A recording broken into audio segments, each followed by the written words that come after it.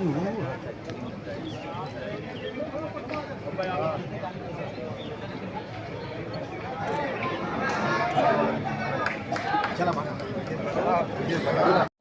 है और आप लोगों से कई बार यहीं पर मुलाकात हुई है। मुझे याद है पिछली दफ़े भी जब हम लोग बैठे थे इसी जगह पर हम और आप लोगों की मुलाकात हुई। उस समय भी दुख के समय आने का मौका मिला था। इधर फिर परिवार के बीच में दुख और संकट आया है। इस परिवार से हमेशा संबंध हमारे परिवार की तरह रहे हैं। आज परिवार से मिला हूँ, परिवार के सबसे बड़े सदस्य, और जितनी सेवा कर सकता था परिवार सेवा की। जो इलाज संभव था वो इलाज कराया, लेकिन वो आज हमारे बीच नहीं है। पूरा परिवार दुखी है। परिवार से मिलकर के दुख बांटने, पुरानी उनकी बातें करने का मौका मिला। समय है, लेकिन राजनीति का भी जो कारण चढ़ रहा है और आपका है तो एक चेहरा आजकल परसों सदन में देखने को मिला, जिस तरह से मुखर होकर आप आए, क्या कहना है? सरकार जवाब के साथ नहीं आती। सरकार विपक्ष से सवाल पूछती है और विपक्ष जो सवाल पूछता है उसका जवाब सरकार के पास नहीं। इस बात की बहस करें, हम लोग चर्चा करें कि बीजेपी को महंगाई से क्या फर्क पड़ता है। बीजेपी को इस बात का भी फर्क नहीं पड़ता है कि उनके सबसे करीबी मित्र वो दुनिया के दूसरे नंबर से किस स्थान पर पहुंच गए, उन्हें कोई परवाह नहीं। 20 लाख करोड़ से ज़्यादा पैसा डूब गया और सरकारी संस्थाओं का पैसा डूबा है। पैसा जो LIC में था, पैसा जो SBI का है, पैसा जो और संस्थाओं का था, उनका सब पैसा चला गया। आखिरकार इसकी भरपाई कैसे होगी? और आखिरकार डीजल, पेट्रोल, सिलेंडर का महंगा होना, बिजली का महंगा होना, बस के किराए का महंगा होना, ये मुनाफा जा कहाँ रहा है? दूध महंगा हो गया। क्या किसान जो पशु रख रहा है, जिसके पास गाय है, भैंस है, क्या पैसा उस तक पहुंच रहा है? तो ये सवाल है, इसका जवाब भारतीय जनता पार्टी पर नहीं है। और देखिए कितने कॉन्फिडेंस के साथ बीजेपी के लोग बात करते हैं, कितना कॉन्फिडेंस है उनके अंदर। क्या उनसे पूछें कि नौजवान रोजगार चाहता है, नौकरी चाहता है, वो कहते हैं कि हमने बता तो दिया अनएम्प्लॉयमेंट रेट 4.2% है। तो ये आंकड़े कहाँ से लाए हैं? ये किसी गांव में चले जाएं आप, नौजवान बड़े पैमाने पे बेरोजगार हैं, नौकरी नहीं उनके हाथ में, काम नहीं उनके हाथ में, और सरकार कहती है हमने सबको नौकरी रोजगार दे दिया। तो ऐसी सरकार जो जनता के दुख दर्द नहीं समझ रही है, समाज में खाई बांट रही है। और विधानसभा से बेहतर प्लेटफॉर्म क्या होगा? हमारे मुख्यमंत्री कहते हैं 46 में 56। मैंने उससे कहा कि आप वो सूची टेबल कर दीजिए विधानसभा में, कम से कम विधायक और प्रदेश की जनता जान जाए कि उस समय क्या हुआ था। सदन बंद कर दिया, घर चले जाओ, तस्वीर खिंचवा कर दी। 46 में 56, उसका जवाब नहीं। इसीलिए मैंने कहा कि ये वो लोग हैं जो झूठ बोलते हैं, सत्य से दूर रहते हैं, सच से कोसों दूर हैं। और जाति जनगणना की बात इसीलिए कही गई कि ये किसी पार्टी पर आरोप लगाते हैं, किसी लीडर पे आरोप लगाते हैं। अगर जाति जनगणना हो जाए और बाबा साहब भीमराव अम्बेडकर जी ने जो संविधान दिया उसके तहत हक और सम्मान मिल जाए, तो मैं समझता हूँ समाज बहुत आगे बढ़ता हुआ दिखाई देगा। जी अध्यक्ष जी गवाह को मार दिया गया, 2 सिपाही भी शहीद हुए। आसपास सीधे आरोप समाजवादी पार्टी को लगा रही है। भारतीय जनता पार्टी को ये बताना चाहिए कि सुरक्षा के समय पर उन्होंने जो जांच की थी वो जिम्मेदारी किसकी थी? इंटेलिजेंस फेलियर है। किसी को गनर ऐसे नहीं दिए जाते हैं। अगर किसी को गनर दिए जाते हैं उसके लिए बाकायदा उसकी इंटेलिजेंस रिपोर्ट मंगाई जाती है, इसको सुरक्षा की जरूरत है कि नहीं है। विपक्ष के लोग सुरक्षा नहीं देते हैं। सरकार सुरक्षा की जिम्मेदार है, सरकार की जिम्मेदारी सुरक्षा देना है और एक आम नागरिक को सुरक्षा देना। और तब जब उसकी रिपोर्ट ये रही होगी कि उसको सुरक्षा की जरूरत है और वो बीजेपी का सदस्य था, आखिरकार कैसे मारा गया? घनर की जान चली जाए, इससे बड़ी बुरी बात नहीं हो सकती कि सरकार की जानकारी ही में नहीं थी और घनर की जान चली गई। एक नहीं, दो घनर चले गए। जो सबसे महत्वपूर्ण गवाह था उसकी जान चली गई। आखिर सरकार क्या कर रही थी? जैसे शूटिंग होती है उस तरह का नजारा देखा लोगों ने। वो सब कुछ कैद है कि बम चला है, बंदूकें चली हैं और लोगों की जान गई है। ये सरकार की जिम्मेदारी है सुरक्षा देना और सरकार की संस्था है इंटेलिजेंस और सुविधाएं। जब ये विपक्ष के पीछे लगे रहेंगे, 30 साल पुराना मुकदमा हो, 20 साल पुराना मुकदमा हो, उसको जेल भेज देंगे। तो इनको सुरक्षा पे समीक्षा करने का समय ही नहीं है, इसीलिए सुरक्षा नहीं दे रही किसी को। और जान अगर गई है तो पूरी की पूरी भारतीय जनता पार्टी की सरकार की जिम्मेदारी है। और भारतीय जनता पार्टी ये ना भूले, जब उस परिवार से किसी को चुनाव लड़ाना था तो आपने जेल से पर्चा भरवाया था। चुनाव के लिए नॉमिनेशन हो जाए, पर्चा खारिज न हो जाए, इलेक्शन कमीशन को स्पेशल निर्देश गए थे। हमारे और आपके लिए स्पेशल निर्देश नहीं जाते। स्पेशल निर्देश बीजेपी चाहेगी उसके लिए जाते हैं। युवाओं के अंदर बेरोजगारी बहुत ज़्यादा है। जिस तरीके से गवर्नमेंट फॉर्म भरवा रही है, वो पेपर भी पास आउट कर रहे हैं, इंटरव्यू तक निकाल रहे हैं, पर ज्वाइनिंग नहीं करवा रही है। 2 साल 3 साल वेट करना पड़ता है। मैं नौजवानों से अपील करूंगा, भारतीय जनता पार्टी से नौकरी और रोजगार की उम्मीद करना छोड़ दें। 2024 में इनको सबक सिखाएं। किन मुद्दों वरना अग्निवीर जैसी आधी अधूरी नौकरी मिलेगी। Agniveer, outsource, privatisation. अगर अग्निवीर की नौकरी है तो क्या ये आधी अधूरी नौकरी नहीं है? हमारा नौजवान वर्दी पहन करके देश की सेवा करना चाहता है और पक्की नौकरी चाहता है, लेकिन अग्निवीर से नौकरी पक्की नहीं मिल रही है, आउटसोर्स से नौकरी पक्की नहीं है, प्राइवेटाइजेशन से नौकरी पक्की नहीं है। तो नौजवानों को एक होकर करके देश को बचाने के लिए, समाज को बचाने के लिए भारतीय जनता पार्टी को हटाना होगा।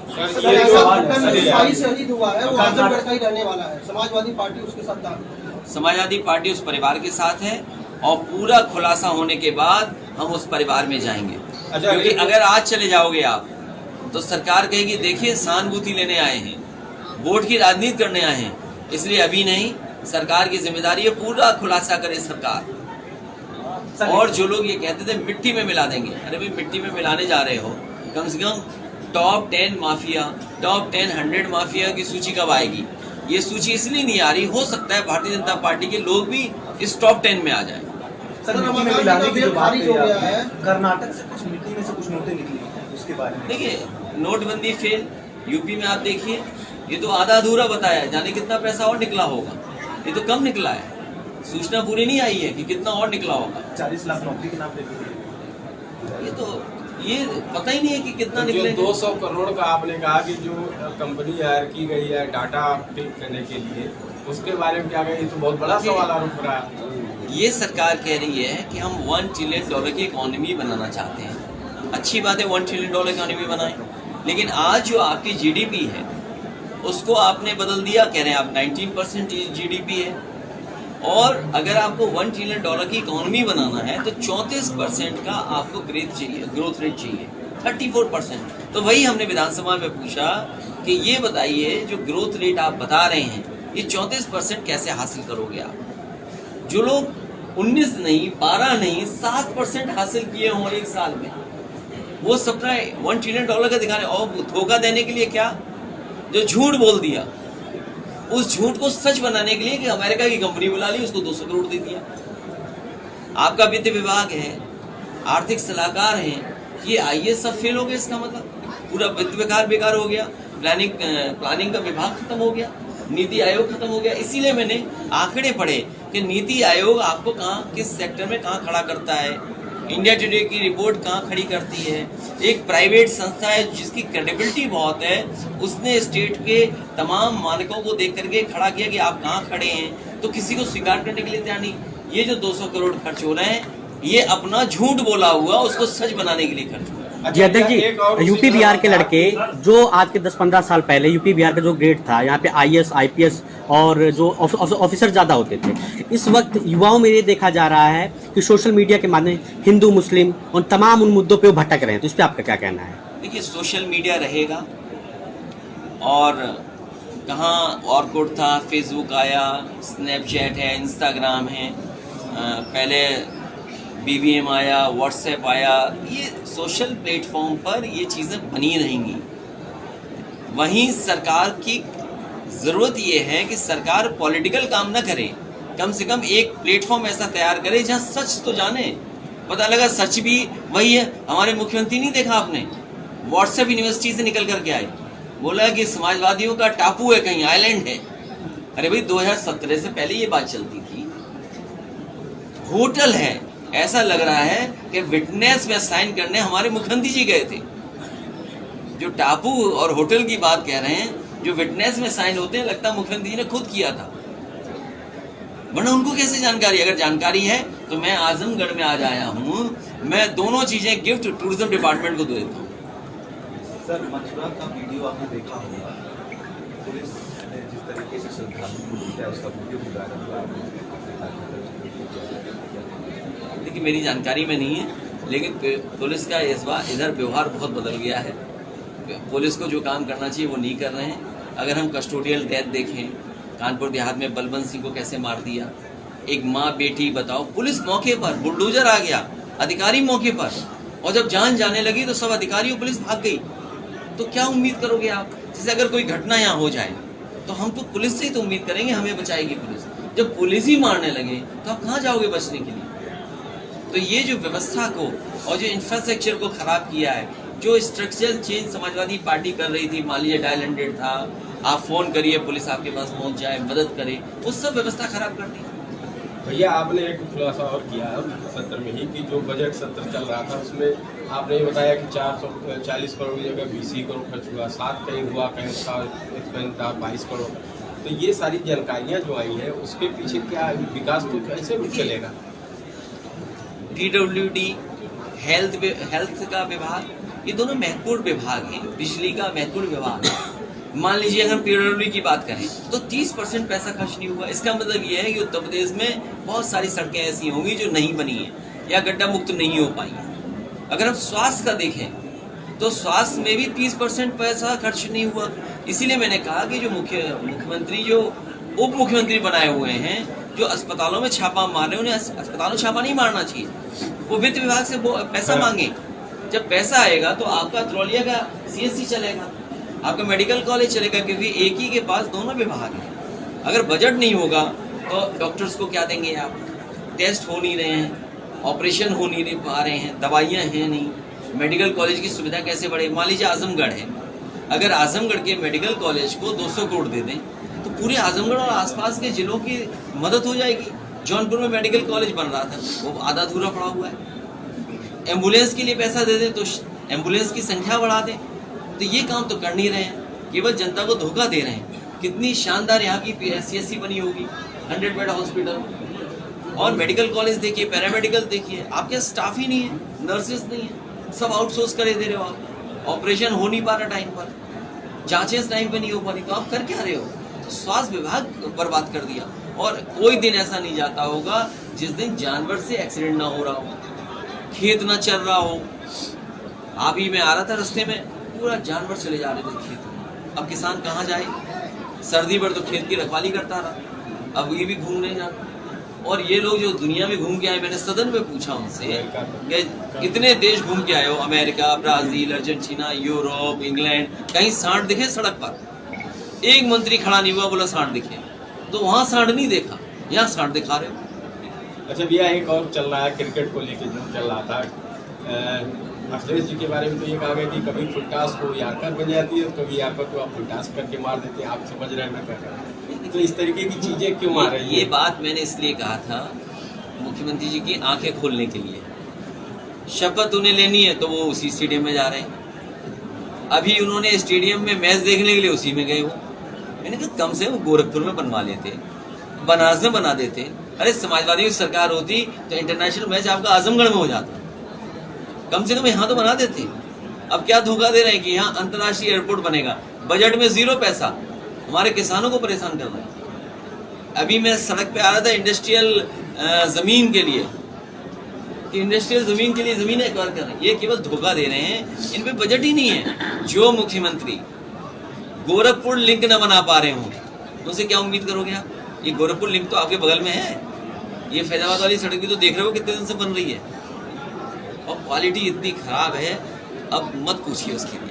हमारा ये था सर भैया, वो क्रिकेट की बॉल को लेके कि वो उनका ये कहना था कि वो समझ नहीं आती है, जो फुलटास गेंद है उसको एयरकर बनाते हैं, जो एयरकर है वो फुलटास हो जाती है, मतलब कि आप बोल्ड हो जाते हैं। मेरे पत्रकार साथी, बीजेपी वाले कुछ नहीं करते, तुम्हें भी धोखा दे रहे हैं। जिस बीजेपी वाले ने बताया वो धोखा दे रहा था। अच्छा, जैसा आपने कहा उसमें से उतर करके यहाँ तक आए हैं, सड़कें कैसी थी? सड़क अच्छी नहीं है, और जिस गुणवत्ता के साथ, जिस क्वालिटी के साथ सड़क बनानी चाहिए थी वो नहीं बनाई। आरसीसी की तो सड़क बिल्कुल बर्बाद कर दी। मैंने कई बार कहा ये आरसीसी की सड़क बिल्कुल क्वालिटी में खराब है, और पूर्वांचल एक्सप्रेसवे की जो क्वालिटी होनी चाहिए थी, जितना मीडियम चौड़ा होना चाहिए था डिवाइडर, वो मानकों से कम किया। आपने सदन में कहा, वर्तमान सांसद पत्रकारों के सवाल पे, महंगाई के सवाल पे कहते हैं कि समाजवादी पार्टी के प्रतिनिधि, तो उन प्रतिनिधियों के लिए कुछ व्यवस्था? पत्रकारों को उन्होंने कह दिया है। नहीं, ये कई बार हम लोग भी कह देते हैं, जैसे इनको कुछ कह दिया मैंने कि बीजेपी वालों ने सवाल भेजा होगा, तो अब क्या करें बताएं इस पे। जैसे कि आपने पार्लियामेंट में कहा था, वो तो कहते हैं कि आप विदेश भी चले जाइए। देखिए ऐसा है, कौन? हम विदेश से? नहीं, वो भाजपा के पत्रकारों को कहते हैं विदेश चले जाए। मैंने सुना था, आप मत उलझिए उन चीज़ों में, क्योंकि भारतीय जनता पार्टी के पास जवाब नहीं है। और अगर कोई कलाकार इस तरह के सवाल करे तो आपको YouTube पे उनका गाना देख के मनोरंजन करना चाहिए। आपने पार्लियामेंट में कहा था कि अगर योगी जी, उसमें आपको बुरा नहीं मानना चाहिए, केवल YouTube खोलिए, उनका कोई गाना देख लीजिए, सुन लीजिए, तो आपका माइंड फ्रेश हो जाएगा, जिससे कि आप नाराज नहीं होंगे उनसे। आपने कहा था अगर वो 6 बॉल डाले, उन्होंने कहा था अगर वो लोग 6 बॉल डालें, आप 6 की 6 बॉल में छक्का मारेंगे। कौन? आपने कहा था पार्लियामेंट में कि अगर नहीं, योगी मैंने जी, ये कहा कि जो खेल नहीं खेल सकते क्यों खेलना। मान लीजिए हम पूजा पाठ नहीं करा सकते, तो हम क्यों उलझें किसी चीज से? हम एक अच्छे ब्राह्मण को बुलाएंगे जिसको मंत्र उच्चारण अच्छा कर सके, हमारी पूजा पाठ बढ़िया कराए। अरे भाई, जब तुम्हें क्रिकेट खेलना ही नहीं आता, क्यों बैट पकड़ करके जा रहे हो आप? भैया अरे फुटबॉल के बारे में ABCD नहीं पता, अकेले बैठ के फुटबॉल देख रहे हो आप। अच्छा भैया, प्रयागराज को तो लेकर ये कहा, और मेरा कहने का मतलब ये था कि कम से कम गोरखपुर में और बनारस में इंटरनेशनल स्टेडियम तो बन जाता, क्यों नहीं बनाया उन्होंने स्टेडियम? इसका मतलब उनकी खेल की तरफ रुचि नहीं है। 2024 कोई में किस रुचि नहीं है, रणनीति? इसीलिए हमारे खिलाड़ी कहीं पहुंच नहीं पा रहे। अगर भैया 2024 जो- में क्या रणनीति समाजवादी और पार्टी सोचिए, का? स्विमिंग पूल जो बना है, जिसके बारे में मैंने कहा, जो सैफी में स्विमिंग पूल बना है, एक्वेटिक सेंटर है, जिसमें तरह तरह के आप गेम्स कर सकते हैं और हो सकते हैं। 6 साल से पानी नहीं भरने दिया इन्होंने, और जो बच्चों का एडमिशन हुआ है वो गोरखपुर मंडल के 40 बच्चे हैं। इसीलिए मैंने कहा ये जो बच्चे हैं वो हमारे आपके बच्चे हैं। सवाल ये नहीं कि कहाँ सरकार ने एडमिशन दिया, तो सरकार ने एडमिशन अगर दिए उन बच्चों को, तो क्यों नहीं देखा कि वो स्विमिंग पूल चल रहा है कि नहीं चल रहा है? उन्हें आप ओलंपिक में भेजना चाहते हैं, और फिर जो बच्चे वहाँ एडमिशन पाए हैं वो सब गोरखपुर के हैं, महाराजगंज के हैं, देवरिया के हैं, कुशीनगर के हैं। तो आप सोचिए उन बच्चों के साथ भेदभाव क्यों कर रहे हो आप?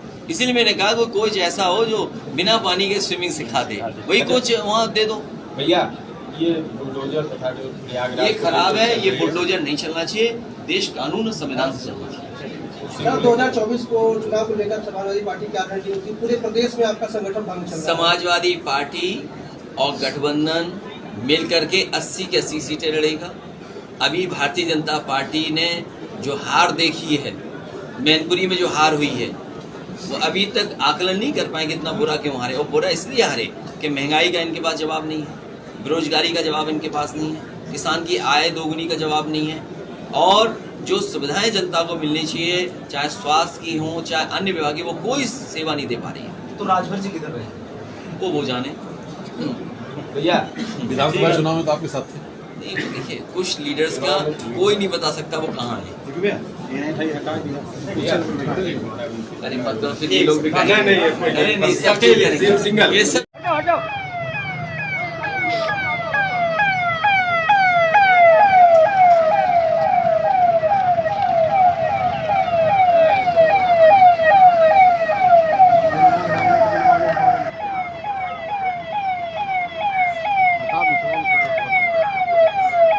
बहुत कुछ देते हैं।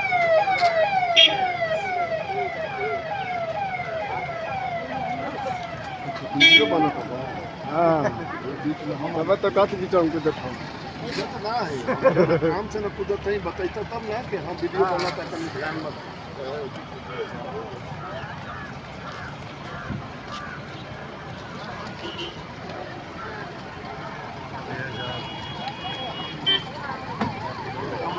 हम तो